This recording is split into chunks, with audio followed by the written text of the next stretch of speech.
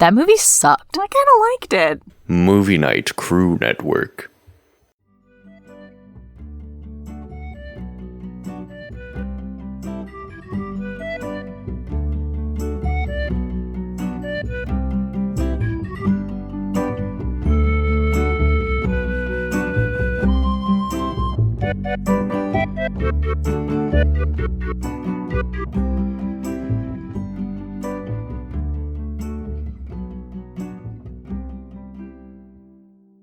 Welcome to Of the Eldest Gods, where we discuss Rick Riordan's role as our godly parent. I'm Ray from Cabin 12? Is that it? What am I supposed to say? I don't have the intro open. That was correct. Oh. No, that was correct. You just looked at me. I was like, hello? No, because I was having a moment. We should keep all of this in. No, 100%. And I'm Charlie from Cabin 13. Oh my god, that was beautiful. I was having a moment because I'm like, wow, new co-host. This is great. Hi guys. I'm Ray. Yeah, and we're technically not talking about Percy Jackson this week. But No, we're not. It's fine. It's fine. Hopefully, so in case you're confused, this is probably not the first thing with me on it going up on the feed, but this is the first thing that we are recording because we wanted to, like, do something fun to get into it. I made a request. I love your request, though. Like, it's so good. Oh, you liked it. Good. I thought before that you were just humoring me when we were listening to it together. No, you already recommended that I listen to the Mechanisms, like, a while back. Right. So, like, yeah, like I told you, I have some of the songs, like, on random playlists. So I was just listening to them with, like, no order in mind. I didn't know there was a plot going on. And then a friend of mine did a whole PowerPoint party about the band, explaining some things. And I was like, oh, I'm supposed to, like, listen to the albums, like, in order, like, all together, and it's, like, a plot. Oh, I'm dumb. It's fine. I didn't know things. I have a playlist now for introducing people to the Mechanisms of just, like, really catchy songs. Amazing. Oh, there are some bangers. There are some bangers on this. There's a couple real good ones on this album. So we didn't actually introduce it, but because Greek mythology, we're listening to an album called Ulysses Dies at Dawn, which is a... Spoilers. It is a sci-fi retelling of... I wouldn't call it, like, the actual Odyssey. There's some... It's like Greek mythology, it's just a lot of things, like, together. Like, it's not how anything really would match up in mythology, but, like, it's very well alluded to, and it's really good. Just, yeah. I mean, I guess you could say it's kind of the Odyssey, but it's also kind of not. It, like, uses the Odyssey as a framing device. It's definitely after the Trojan War, at the very least. Right. So, yeah. It's definitely using the Odyssey. Yeah. You want to explain, the Mechanisms for us? Like, who they are, and all of this. Oh boy. Well, the Mechanisms are a band of immortal space pirates who travel around, having what does he say? Having fun, violence, adventure, violence. Amazing. Good. Basically, they do crimes and they tell stories through song. They're just a bunch of rowdy guys who have no morals because they are immortal. And nothing matters. And they're bards! And yeah, they're bards.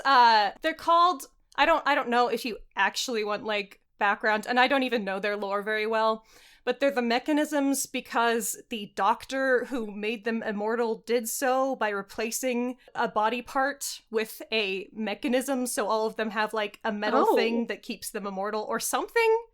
I didn't do, all like, right. I haven't done, like, the reading on their website, but... Alright, interesting.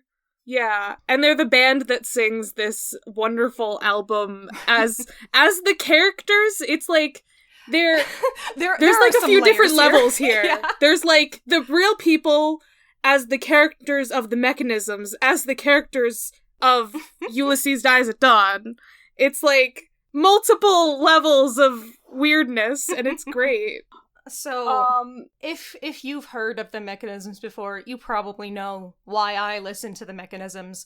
It's because of Johnny Sims. For those of you who have no idea what I'm talking about, there's a podcast. It's called The Magnus Archives. It's a horror anthology. It's written by this one guy who also is the lead, sort of the band.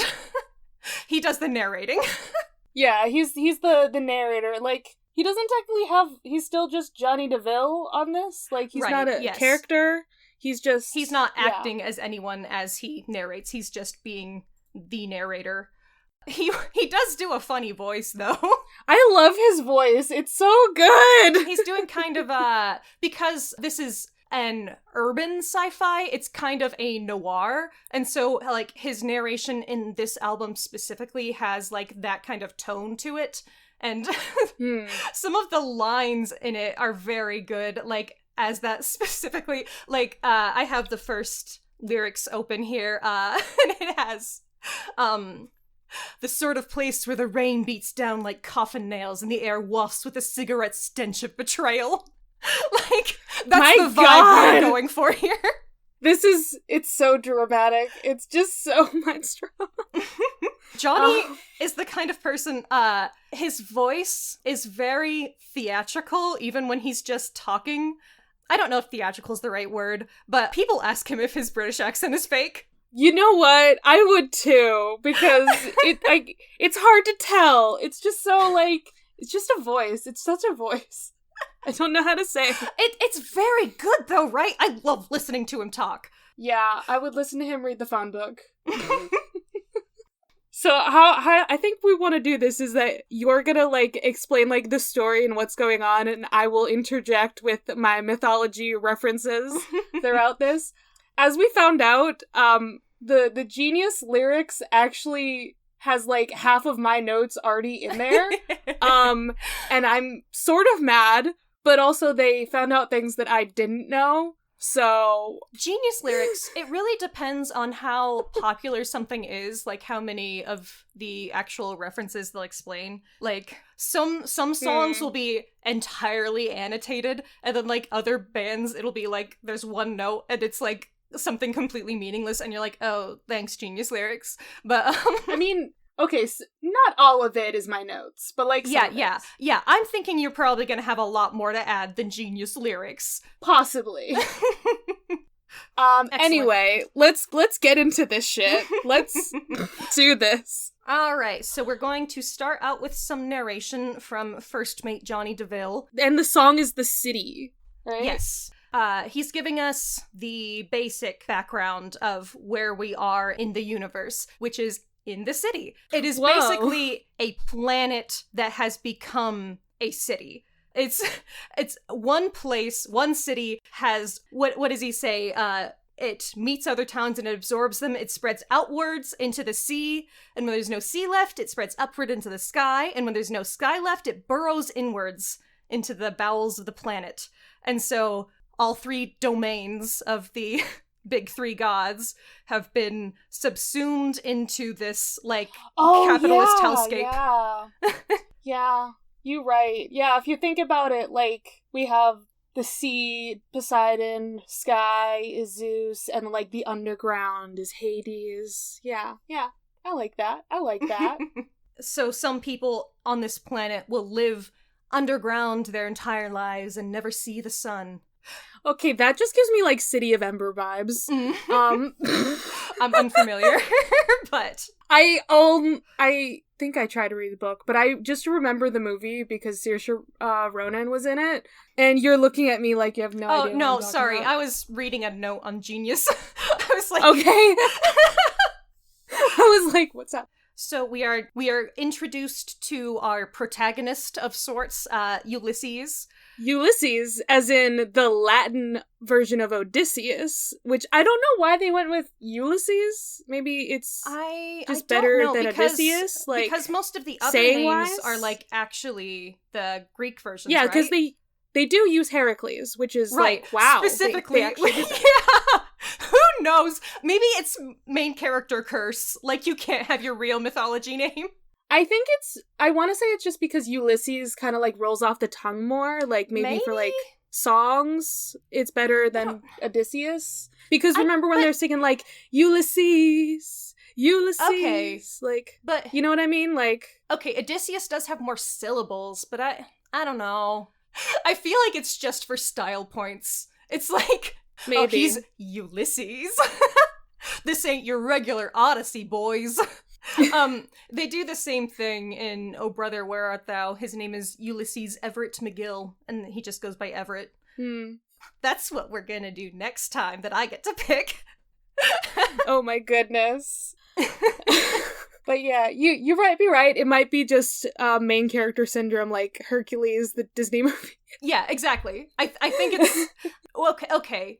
And maybe it is like just going for like what sounds more aesthetically pleasing, especially because they're the main character, and so their name's gonna get said a lot. Yeah. My theory for why it was Hercules instead was so they could say Herc, Right. like constantly in the Disney movie. That's why I think it is like that. Yeah, continue on. So Ulysses ain't having a great day. They spit out a mouthful of teeth and disdain. They are being accosted in the bar Calypso's. Calypso's, that's another reference to the Odyssey. Right. That's the island. Yeah, so like Calypso is the nymph that Odysseus spent like 7 years with in the Odyssey, is what it says. But I love that that's like the bar. So It's just like Calypso. what does Calypso have to do with Dionysus? It's a rundown old gin joint that pays its Doesn't, money to Dionysus. but Dionysus, your maybe it's godly just parent, the- remember? right, He's linked the to god of alcohol and like Makes sense. Yeah. Yeah, I assume they chose Calypso's as the name for it because of like the Odyssey, but like you gotta reference like Dionysus because it's a bar. So Right. Yeah, I was just wondering. It's interesting to mention that specifically in the lyrics right there, but I think it's just because they want to like bring up an Olympian like as quickly as they can to like kind of seed that fair. idea in. Yeah. We had to mention Dionysus like in the first song because obviously this podcast is secretly a Dionysus podcast. Dionysus fan podcast. He's the patron god of the pod. Everyone is Dionysus. All right, so the people accosting Ulysses currently are called the Suits. They're all wearing pinstripes. I love it so much. So this is where we realized that we probably should look at the Genius Lyrics notes because oh my god, I was trying so hard to figure out what the suits was in reference to. I'm just like, card suits, because there's 4 of them, but that's not really Greek related.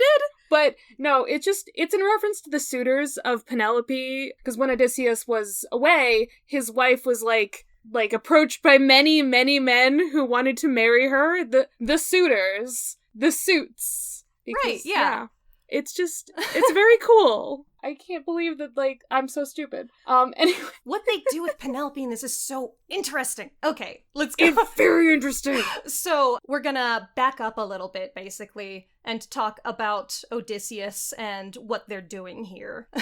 Drowning their sorrows in whiskey. Do we mention specifically the pronouns in this? We have not. Yeah. So, the mechanisms will often do queer tellings of their myths, specifically. This one doesn't have explicit representation, like, in anyone, I don't think, but Ulysses is always referred to with they-them pronouns because we don't know if they are man, woman, both, or neither, so the lyrics say. I love that. It's just like, don't matter, don't know. Oh well. Great. We get a little description of Ulysses later, but they are black, beautiful, and have a pair of piercing blue eyes, but that's the only thing that the one person who saw them will say.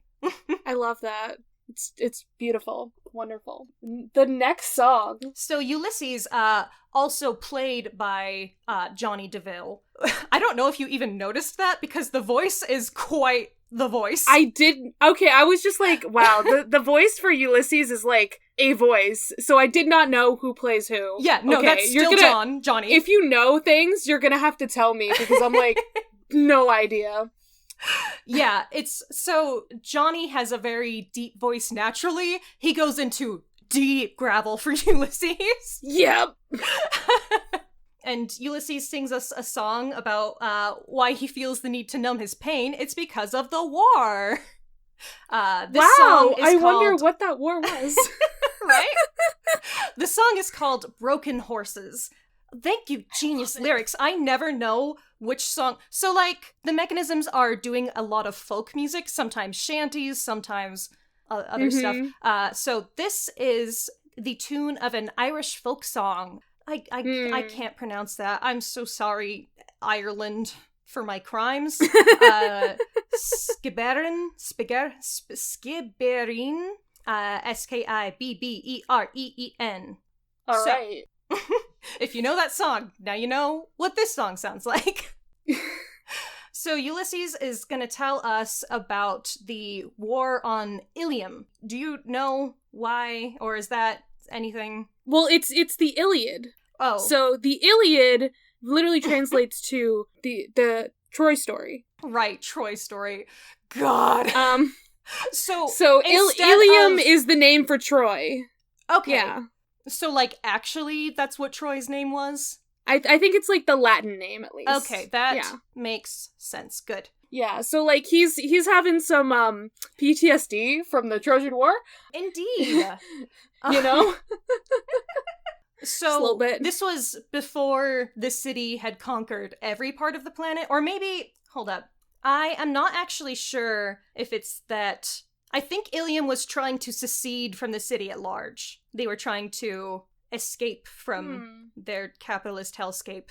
Interesting. Right, because in... I have the deep lore. You didn't even listen to the other songs that take place in this setting, but in Prometheus, they talk about how the Ilium people are, like, separatists. Oh, okay. Huh.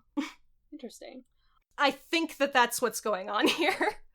So this is a war that takes a decade. It's very bad. Yeah, that's like, well, that's accurate to the Right. Trojan War. Like, the Iliad, it took 10 years. And, like, 10 years of them, like, doing nothing because Achilles was just, like, sitting there.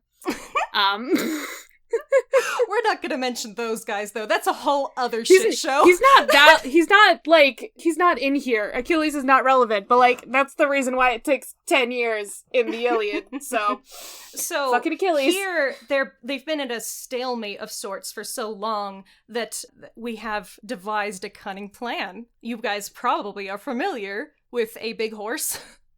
Yeah.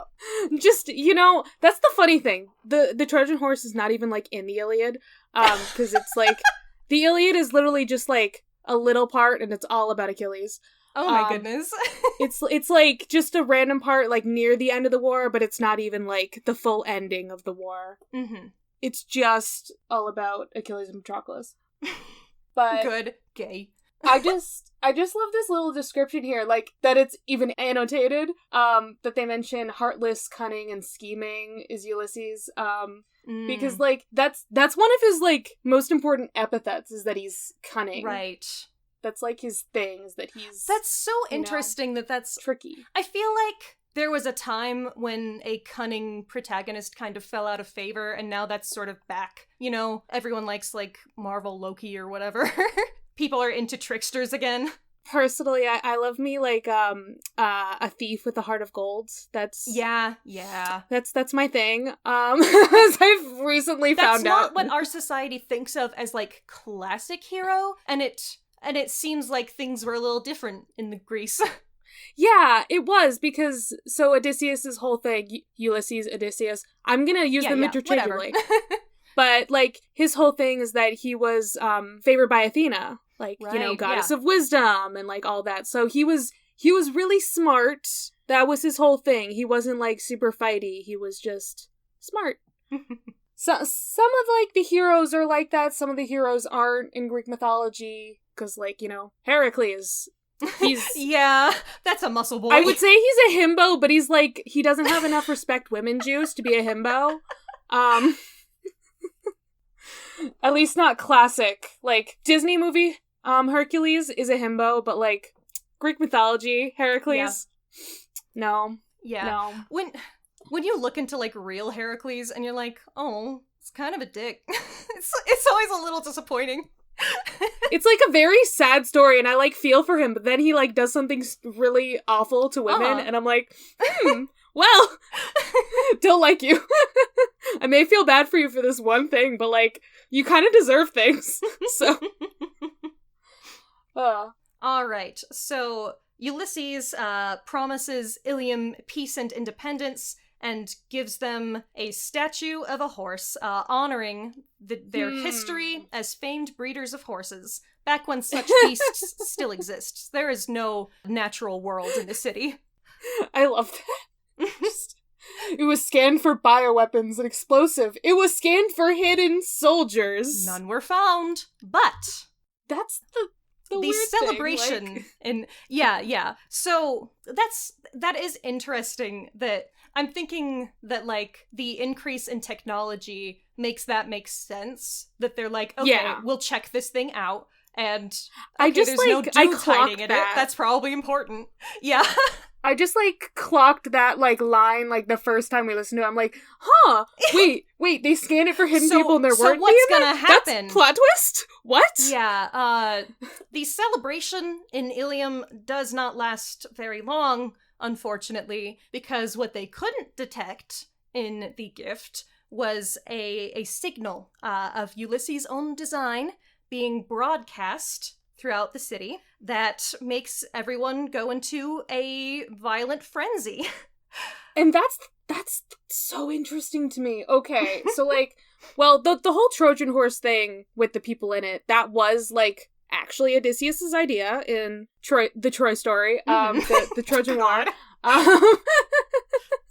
God, I want fan art of, like, Toy Story characters, but, like, Trojan now. Oh God! Or vice versa. Buzz and Woody would make really good Achilles and Patroclus! Yes! Wait. Woody is Achilles, no doubt. I was thinking the other way around, but... You know what? You could be right. I could see it either way. I don't know. Just, like, Buzz Lightyear, especially, like, early Buzz Lightyear when he doesn't know what's going on and he just says space things. I feel like that has some Achilles vibes. Also, Patroclus takes care of the horses. It's, like, his thing. Oh, yeah, he's a little cowboy. My God. Okay, fan right, art, please. But yeah, so... this whole thing with the madness and, like, the ripping each other to shreds, I'm just like, I want a reference to Dionysus again here. Right. Because that's so relevant to him. Mm-hmm. And, like, the Maenads and, like, his followers, they're all about, like, going mad, ripping people to shreds. One of my favorite stories about him is literally how he tried going back home to see, like, his family. And they were all like, we don't believe you're a god. And his cousin in particular was like, I don't think you're a god. I'm going to try to kill you. So he's like, well, now I have to murder you in a really terrible way. Makes his mother and his, like, aunts, like, go all crazy. And they kill his cousin. And, like, not Dionysus' mother. Already dead by this point. But, like, all of his aunts are going crazy. And, like, his cousin's mom kills him. Yeah, it's very dramatic. It's so good. Titus is fucking crazy. Yeah, I really love that connection between, like, alcohol and madness, and yeah, there's reason so much going on. That I'm Kevin 12. There's a lot going on with Dionysus. We'll talk about it some other time. Watch the Dionysus video the Overly Sarcastic Productions put out. If you have not, like, my God. That's so good. So good shit. But yeah, Okay, if they, because, so this is a signal of Ulysses' own design. It would have been good if they said something about, like, something that he got from Dionysus Industries, but, you know, whatever. That would have been really good, yeah. Yeah. Sorry, I'm just thinking about the Magnus Archives again, specifically because, like, this is the kind of stuff that Johnny will write about in his horror podcast, you know, ripping and rending and blood. Oh my goodness, of course. It's very evocative in the song. I like it. But anyways, so Ulysses reminisces about the fact that horses existed one time. And we can see that Ulysses is deeply discontent with the city at large and with his role in all that stuff. What does he say at the beginning of the song? Like, he says that warfare is like hell. I wonder if devils get nightmares of their victims as well.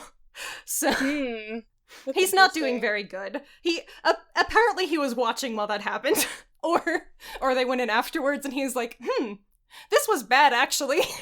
I shouldn't have done this. Probably not good. I also just love the whole, like, just so much about horses and equestrianism and Troy, and it's like, I can't remember if, like, was Poseidon, like, their patron or something? God, I'm trying to remember, like, what it is about them and horses. Oh, I wasn't even thinking about...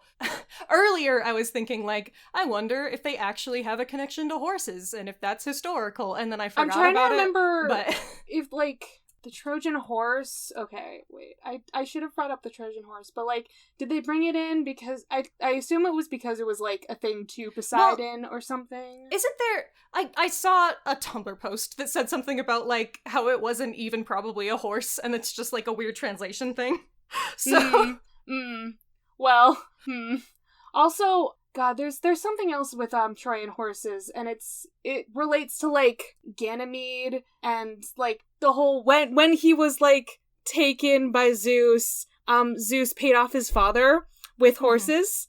Oh. And Ganymede was, like, a Trojan. I believe, he was a Trojan. So, like, those horses were then, like, their descendants were used in, or was it their descendants? They might have been immortal horses, actually. Either way, these horses were important, and they were, like, used in, like, the Trojan War and all of that shit. So there's just some weird, like, horse connections going on with Troy. So there might be something there, but we're not, like, positive. There's something there, and I'm forgetting about it. I definitely have already talked about it on this podcast, but I've forgotten some of the shit. Let's move on to the next song. We've talked about this song for a while. Right. So, this next track is another narration track. We're gonna go back and forth. All of the narration tracks have, like, quotes around them, so you can see that they're not, like, a song. But Johnny tells us that it was pretty easy for these erstwhile quartet of psychos to get Ulysses, considering that he is drunk off his ass. Love that. And they drag him to a long-forgotten vault with a sign that reads Penelope. Penelope, as in his wife. Indeed. But also, like, okay, that's the thing. We'll get there, but I'm just like, is it actually housing his wife? Yes, it is. It is? Yeah. It's weird, and it gets kind of existential. It does at the end. So, yeah, I just love that. Okay, I especially love how, like, so here on, like, the lyrics page, like, we can tell who's talking in this, but, like, when you're listening to it, you can't tell, like, who these people are. They just describe them with something basic, and so, like, there's the big guy, a pale, thin young man. There is an old motherfucker who has dark glasses hiding his blind eyes. Okay, that's the thing. So that is, Oedipus. The motherfucker thing is, like, my favorite joke to say about Oedipus. If it's your first listen through, it can go over your head because it doesn't say that it's him, but... It does again later. They do mention it, like, a couple times later, but... There will be a distasteful joke. It'll be great. Yeah! But also, he has blind eyes. So that's, like, in reference to something that he does later, after he's killed his dad, married his mom, and like he finds out about the whole situation. He is so distraught that he tears out his own eyes. But unfortunately, he can't wander off into the desert because there is no desert. It's all city all the way down. So that'll actually be his arc in this thing. Poor guy. Yeah. And then the last person is described as a stern-faced woman at the side. Stern-faced, okay. So that's our 4 suits, all out in pinstripes. I love imagining Ariadne in like a pinstripe. I know, right? Suits. Oh, gay vibes. Oh. So, like we were saying, that's why they are the suits, because they're trying to get into this vault labeled Penelope. They're trying to get into Penelope. Yeah. And, okay, did you ever look up Penelope's suitors? Do they go through trials? Is that a thing? Okay, oh, shit. I was supposed to do that, wasn't I? No, I mean, I could have done that. If I could have. Okay. If I was Is responsible. there a way to find like a page for the suitors specifically? That is a question that I have. Because the suitors of Penelope. Okay. I know there's at least one trial at the end, but I'm trying to see if there's like anything else. I remember them like shooting arrows and stuff, and then they are totally doing trials, because I remember Odysseus is disguised and he comes in and like beats them. Yeah. It's just that one, though. Okay. It's just the one of, like, can you string his bow? Because he has a very heavy bow that only he can string. Because Penelope's trying to stall. She doesn't want to get married to any of these weird dudes. She has faith that Odysseus is coming back. And so she's, like, making them do weird stuff so that they won't be able to marry her. Because she's like, oh, I couldn't possibly choose. Yeah. Yeah, that's basically what's happening, right? Am I making that up, or? Yeah. No, okay, you're correct. You're correct. All right. Yeah. So the suits are trying to beat the passcode out of Ulysses, but they aren't giving it up, and they can't kill them because the vault has some kind of deadlock. I can't imagine how that works, how it can like sense if they're alive, but weird. But if Ulysses is killed, then the vault will be locked and no longer open. The passcode won't work. Oh. And so they have to do the other method, which is going through the trials. But we don't really get to that yet. First, we have to talk about the Olympians. So this is a sci-fi setting. There aren't gods, but there are immortals, because if you have enough money, mob bosses. You can pay for anything. Yeah. No, they are mob bosses. They're called, like, the Olympians are like families of people who are rich enough to live forever, and they do lots of crimes. Wow, the mechanism said be gay, do crime. Yeah. Yes, they did. Very specifically, they said that. So, like, the whole thing about the Acheron, like, really fucks me up. So, no one can actually die here. Like, the Olympians are immortal, but everybody else, when they do die, their brain, or what's left of it, however much you have, gets put into the processor that runs the city. And then they use it for all the computing power they can get out of it. And you in the Acheron, that's what it's called, the network of dead minds, live in a half-conscious hell and run the city forever. I hate it. That freaks me out so much. It also reminds me literally of a Doctor Who thing. Oh, can I remember what episode it was? God, it's like early, like, series 1, 2005 shit. Oh, it's just, okay, it's called The Long Game. So, yeah, that's the one where they, like, they literally use, like, dead people to control a computer, like, with their brains. But, like, it's, like, their whole bodies, so that's what I'm picturing for this. I don't know if they use just their brains for this. I think or they mention later that there is a metallic thing that plucks out people's brains, and so I think it's just the brain. Okay.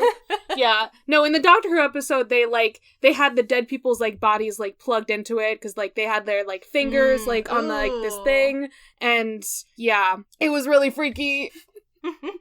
It was the whole thing. So, I actually did look this up because I was trying to connect, like, Acheron to, like, Asphodel, because that's what I was feeling like it was, but, you know, it's obviously a river. It's one of the rivers of the underworld. It's the Boundary River. I think it's usually the one that I think Charon takes people across. It's either that or the Styx.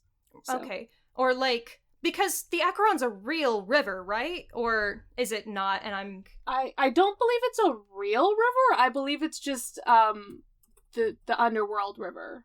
Okay, but so Genius has given us the very good analysis that... Oh, it is. Okay, that's what I thought. Okay. Yeah, it's in northwestern Greece. And that's why it's sort of a liminal thing, because it's both in the real world and in the underworld. Anyways, what Grifter's Bone told us on Genius is that the Acheron is keeping people's brains in a liminal state between alive and dead, just like how the Acheron is a boundary river, and also that the Acheron is labeled the River of Woe. Yeah.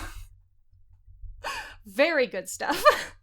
So, this is not one of my favorite Mechanisms albums, even, but it does have some of the most interesting world building. Like, this is so cool. But also terrifying. So, we also mentioned that Hades is the one who watches over the Acheron. Yes, of course, because he's the Lord of the Dead. But, okay, so Hades is gender bent in this, right? Well, Ashes O'Reilly, who is not just playing Hades, we'll get into that, but Ashes is Hades in the story.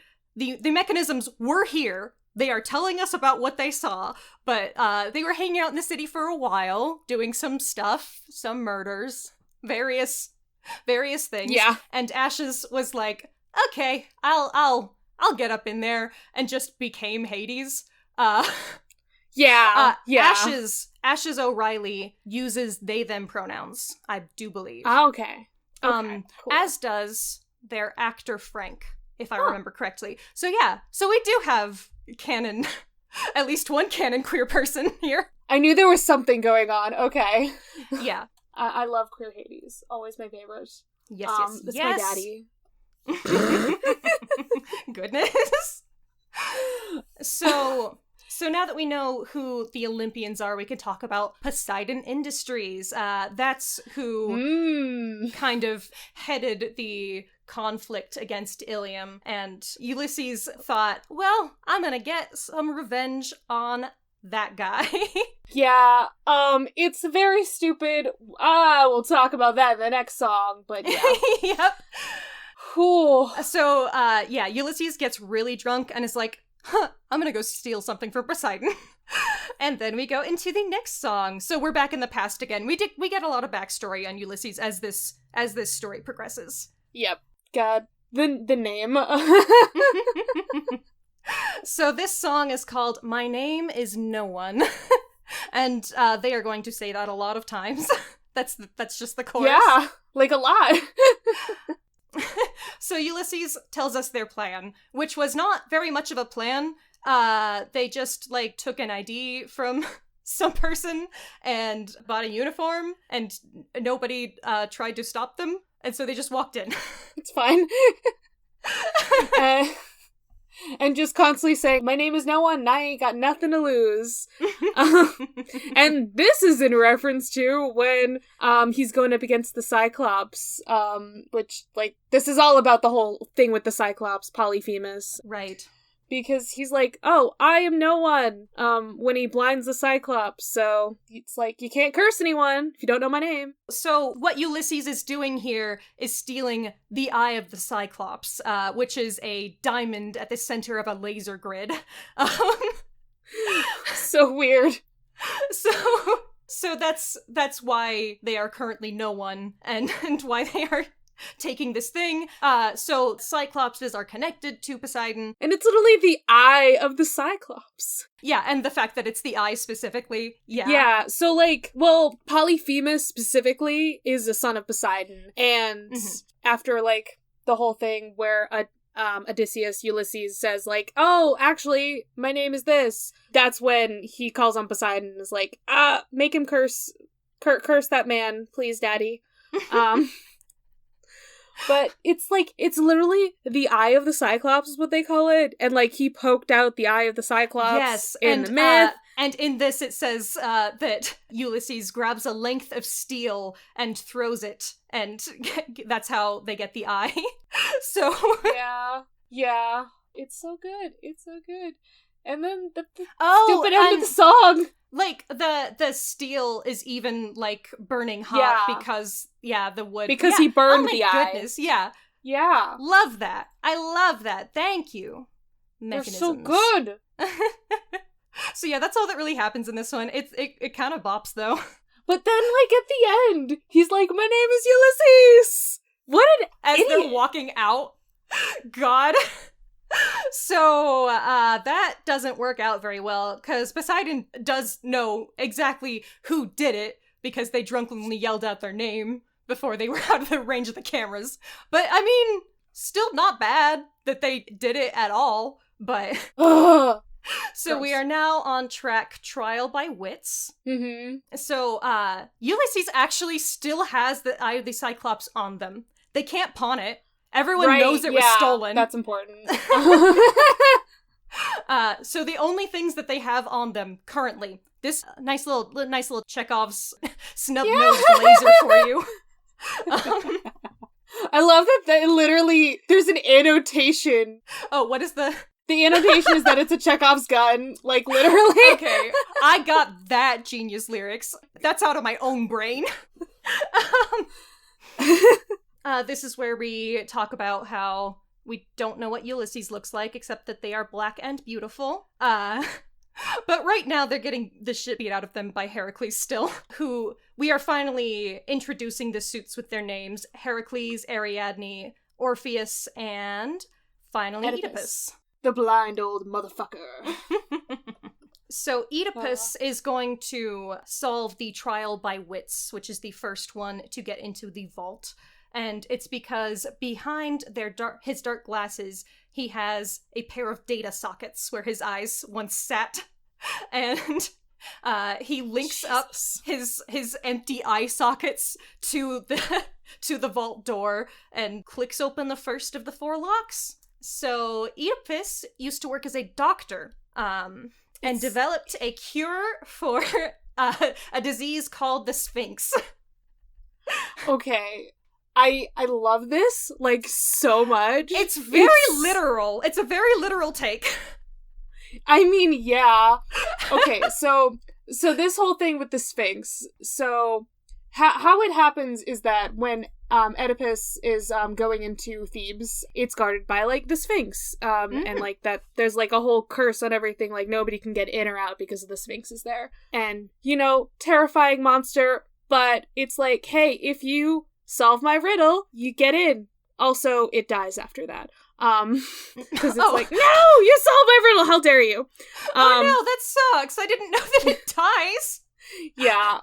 So, of course, Oedipus solves the riddle, and it's all about, like, what has 3 legs in the morning, or no, 4 legs in the morning, 4 legs in the 2 legs in the afternoon, and 3 legs at night. Like, yeah. I had to try so hard just now. I don't know if you noticed. I almost burst out into song because this one fucking slaps. I know, it so fucking hard. slaps. I agree. But the answer is man. Right, because when you're born, you crawl, and then you stand up and you walk, and then you use a cane, which isn't really a leg, but okay. It's fine. But, like, how the Sphinx disease, it's like you're a child and then you age really quickly? Yes. So the Sphinx is a disease that strikes mostly in these slums, and so everyone who gets it is too poor for anyone to care. So if you are born with the Sphinx, you will age rapidly. In just weeks, you will become old and infirm and will die of old age. Yeah, that's just so... It's terrifying. Yeah. Children then look as aged men but have not learned the words to cry. Like, ugh. How terrifying. So the chorus is 4 legs in the morning, 2 legs in the day, 3 legs in the evening as body and mind decay. Oh, it's so good! I chose a few songs to re-listen to before this because I was like, which ones are the bops? And I was like, this one. This is one of the ones that's a bop. And it's because it's Greensleeves. Like, God, that's just such a good tune. Like, did you ever listen to what's it? 6, the musical? No, I've heard of it though. Okay, it's pretty short. I'd recommend it. They do pop songs by the 6 wives of Henry VIII about their lives with him. Yeah, but Greensleeves is theoretically written about one of them. I think that's like not technically historically accurate, but like the tune predates that or something. But anyways, they do a little like EDM breakdown in their intro song of Greensleeves, like do do do do do do do do do do do do do do do do do do. God, yeah, that tune just slaps. And anyways, so that's what we're doing here. It's so good. It's so good. So Oedipus has a time. He figures out that the reason that this Sphinx exists at all is because when the Olympians make themselves immortal, there's some kind of like runoff, some kind of oxidants that leach into the rest of the city and are making other people age. And so this is a side effect of what they are doing. they're not gonna stop. I hate it. So but this is the next song anyway. Do we say that? Oh, I already went over. I didn't even. Okay. I was sorry. Yeah, I know. This is the next song. This is the Riddle of the Sphinx. Riddle of the Sphinx, yeah. This is the one that slaps. It's so good. Yeah, I didn't mention the song name. Sorry, I forgot. Yeah. I don't know. It's just such an interesting take to be like, oh, he's a doctor and he's like curing this or trying to cure this. Right. It's so cool. And it does make sense because, like, oh goodness, I did read Oedipus Rex once, but I forgot what he actually does with his life because everybody loves him. Is it just because he got rid of the Sphinx? Yeah. Yeah, okay, that makes sense. Which, you know, that follows. But yeah, the idea that, like, what he's getting rid of here is a disease, even though he can't get rid of it because the Olympians won't stop, and also, he does develop a cure, but everyone who has it is too poor to afford it. So, yay, healthcare! Capitalism! And then there's the thing with the guy? Oh, yeah. His father? Yeah, so I'm dumb because this is Johnny again. And he uses a very similar voice later for Zeus. Oh, yeah. And so I always thought that this was like Zeus. And then like when we were listening to it and looking at the lyrics, I was like, oh, obviously that's his dad. And this is the scene where he kills him. Like, they mention it, and so I always thought that was it. But this is that scene. Yes. His dad comes and warns him and tells him, don't announce this. Like, you are going to be basically destroyed. It's going to go so bad if you tell anyone about this. Find something else. Blame it on something else. And Oedipus is like, no, get out of my lab, you weird old guy. And he kills him. Yeah. I love how, like, in the actual story, it's, like, even dumber than that. Yeah, it's just some guy on the road, right? Yeah, it's just a random guy in the road, and Oedipus is like, I'm gonna kill you because I don't think you have the right of way here. God, and what then a dick! Seriously? Oedipus is such a dick. All of these guys have anger issues, every single one. Yeah. God. They all kind of suck. Like, everybody in this kind of sucks. It's fine. It's fine. Well, that's because it's a noir, you know? Like, everyone has to be a little gritty. So Oedipus announces what causes the Sphinx, and the Olympians say, oh no, we're so sorry. We'll research some other way to do it, to be immortal, so that we won't, like, kill babies. And they showered Oedipus with riches and introduced him to his wife. That's the last line. God. Yeah. Okay. I didn't realize what they were doing until like reading the annotation for this, where it's like, it's a move of like manipulation so that like the scandal that follows is so that everyone would forget that they caused this terrible disease. That so they'd focus on makes Oedipus sense. instead of So them. they're trying to create Scandal. Yeah. Huh, that is what politicians do, huh?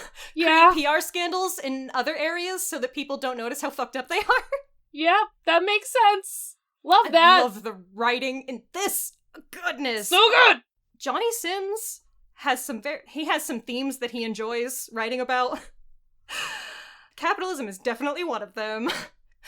I believe that Johnny is the main author. He certainly doesn't write all of the songs. Like, you can tell, like, one of the other band members is a popular musician in, like, those kinds of circles, Jessica Law, and you can definitely tell when she wrote a song, because she has a very specific, like, vibe to her music. But I believe that Johnny writes at least the narration. So, I only mention that because people were like, oh wow, Johnny wrote all this stuff, and he was like, there were other people in that band too, guys, you know? Remember that? Remember how that was a thing? So, sorry I'm talking about this British man so much. It's fine. This is your hyperfixation. This is what we're here for. Alright, so next track is called Ulysses' Will. Yeah, this is another narration one, and this is where we get the your mom joke. God. Yeah, so, they don't say it directly, but, yeah, they were talking about how the public can only take so much scandal, and it was revealed the identity of the man he killed in defending his lab, and his beautiful wife's provenance. And then, the next line is Heracles saying, looks like he got in there pretty easy. Remind you of your mom. Oh! Oh! Oh! So bad. So bad. Goodness. Anyways, so this is where we say that Oedipus wants out. There is nothing out there. There is empty space, and there are colonies that help run the city. Not manned colonies, automated colonies. There's nothing out there. There is only the city. But Oedipus needs to get out. He doesn't want to interact with anyone ever again. Just like, you know, walking out into the desert. As you would, you know, after you killed your dad and married your mom. You're like, yeah, I'm done. I'm done with people forever. If people can just turn out to be my dad and my mom, then yeah, I'm good. I'm done. No more. Yeah. All right. This is also where Johnny describes the lock system that they are going to need to pass the trials. And the suits also discuss what could be in the vault. They don't know. They've been hired to do this job by an Olympian they mentioned earlier. And so their employer wants in there because it's rumored to be a weapon that could overthrow the Olympians and bring down the Acheron.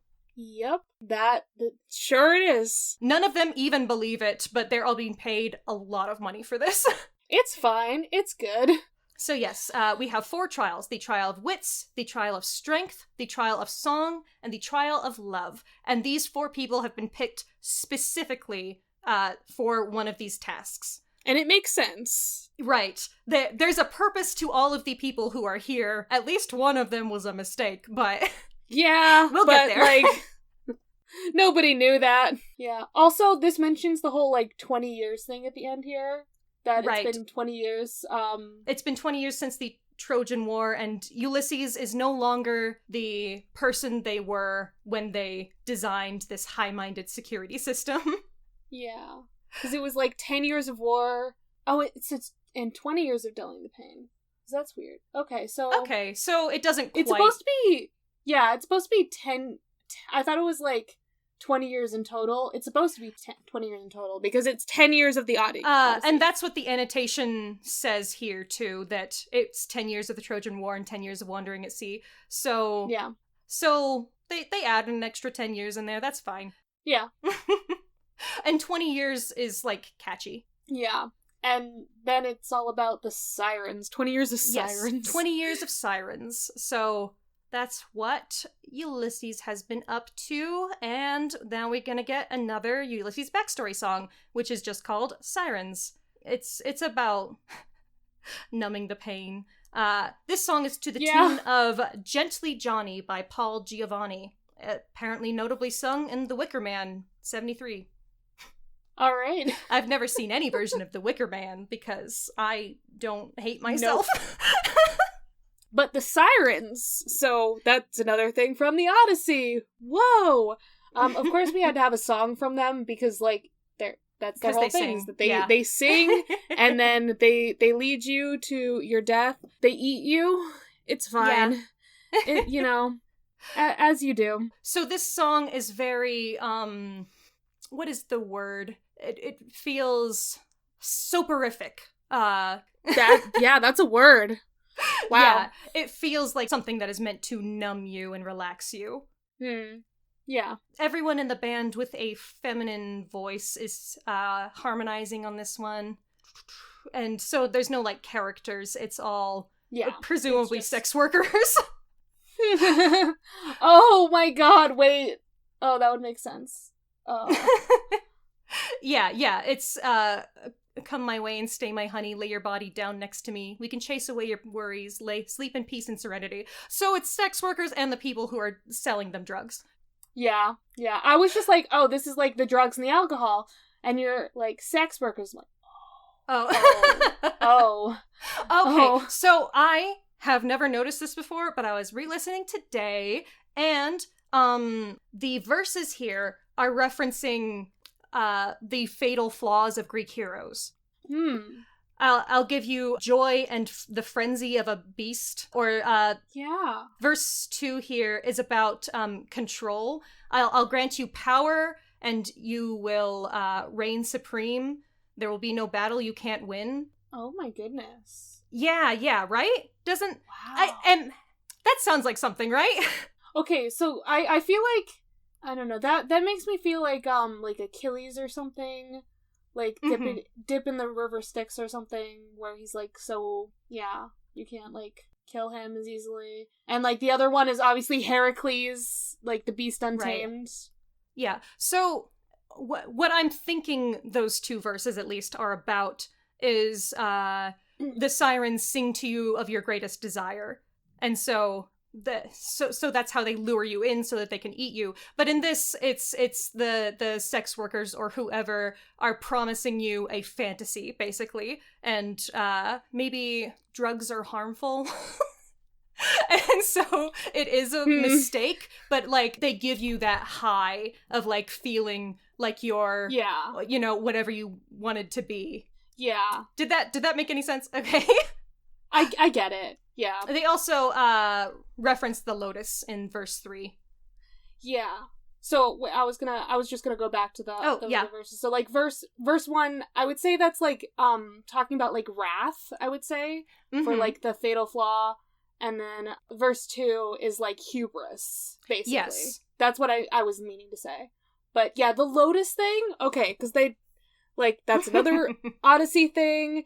And it makes sense that you'd connect those if it's, like, all about numbing the pain. And the lotus, it's drugs. I mean, the lotus eaters, they sit around and they get high on that island.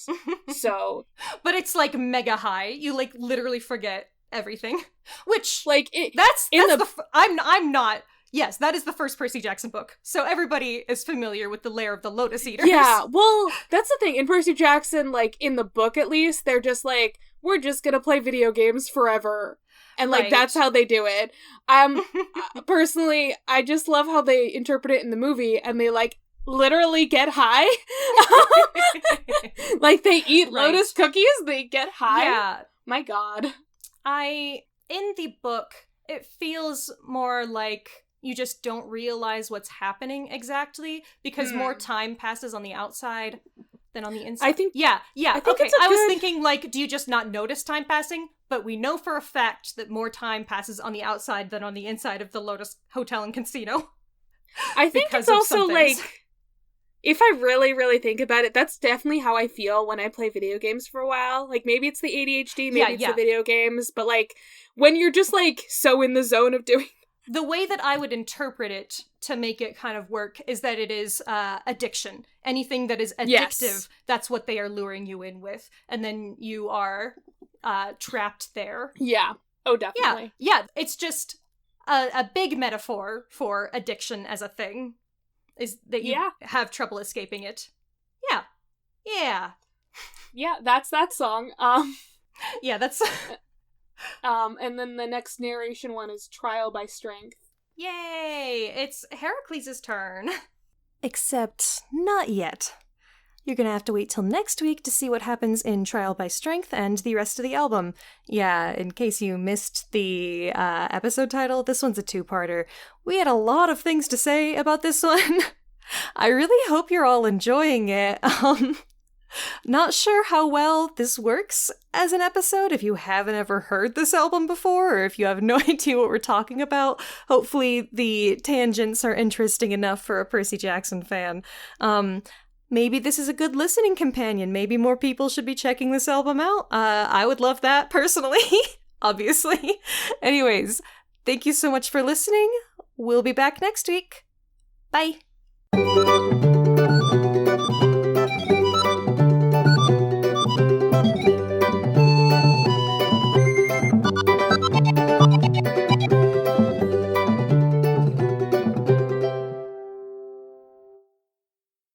You can follow the podcast socials at Of the Eldest Gods Pod on Instagram and at Of the Eldest Gods on Twitter. You can send an Iris message to us through oftheeldestgodspod@gmail.com. If you'd like to support us financially, go to patreon.com/oftheeldestgods. By becoming a patron, you can join the Movie Night Crew Network server, where you get to chat with us and hear some no-context spoilers about episodes we are recording. I personally recommend the $5 tier, where you get access to Against All Odds, our bonus show where we talk about basically anything vaguely related to mythology, Percy Jackson, or whatever we like. We also have a merch store on TeePublic, where all our designs are made by Charlie. Or if you cannot support us financially, please give us a review on iTunes and rate us on Spotify to help others know how much you love this podcast. You can follow me, Ray, at HeyHeyRay on Twitter. I also have another podcast called Barbie Movie Slap, where my co-host Ted and I talk about the Barbie cinematic universe. You can check out that podcast Twitter at Barbie Slaps. You can follow me, Charlie, at GreenPixie12 on most platforms, but on Twitter, I'm at GreenPixie123, which I'm totally not salty about. I also have an art Instagram that I sometimes use at GreenPixieDraws. I sometimes do the YouTube thing on my channel, Charlie Mack, that's MACK, and I also have another podcast on the network called Fandoms Gone Wrong, where my mom and I talk about movies, TV shows, books, whatever other fandoms we enjoy. You can find that on all the major podcasting apps. Our music was written by Isabel Strauss-Riggs and recorded and edited by Ian M. Riggs. You can find Izzy at Kane_I, that's I as in the body part, on Instagram and Twitter. She also currently makes video essays on the YouTube channel Kane I. Feel free to message her about making music for your project or editing your podcast. Of the Eldest Gods is proud to be part of the Movie Night Crew Network,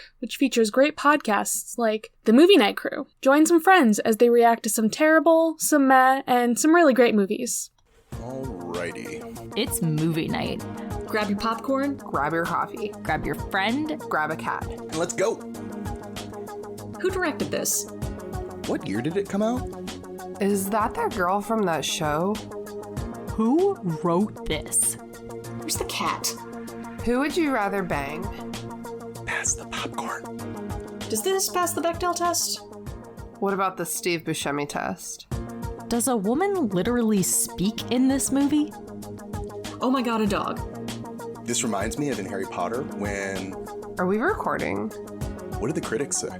It's a guilty pleasure. What's your rating? Can you be quiet? Oh my god. Movie Night Crew. It's just like watching movies with your friends. And then arguing about it after. Every Sunday wherever you get podcasts.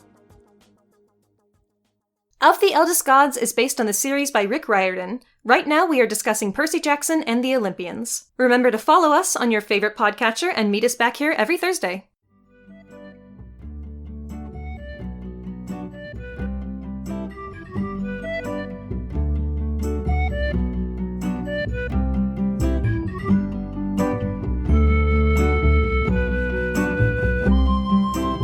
I'm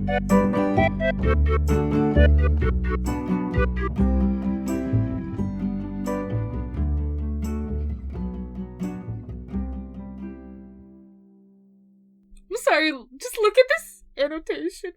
Oh, the one that says maybe the real villain was the capitalism we made along the way? Yeah, I saw that too. Anyway. That movie sucked. I kind of liked it. Movie Night Crew Network.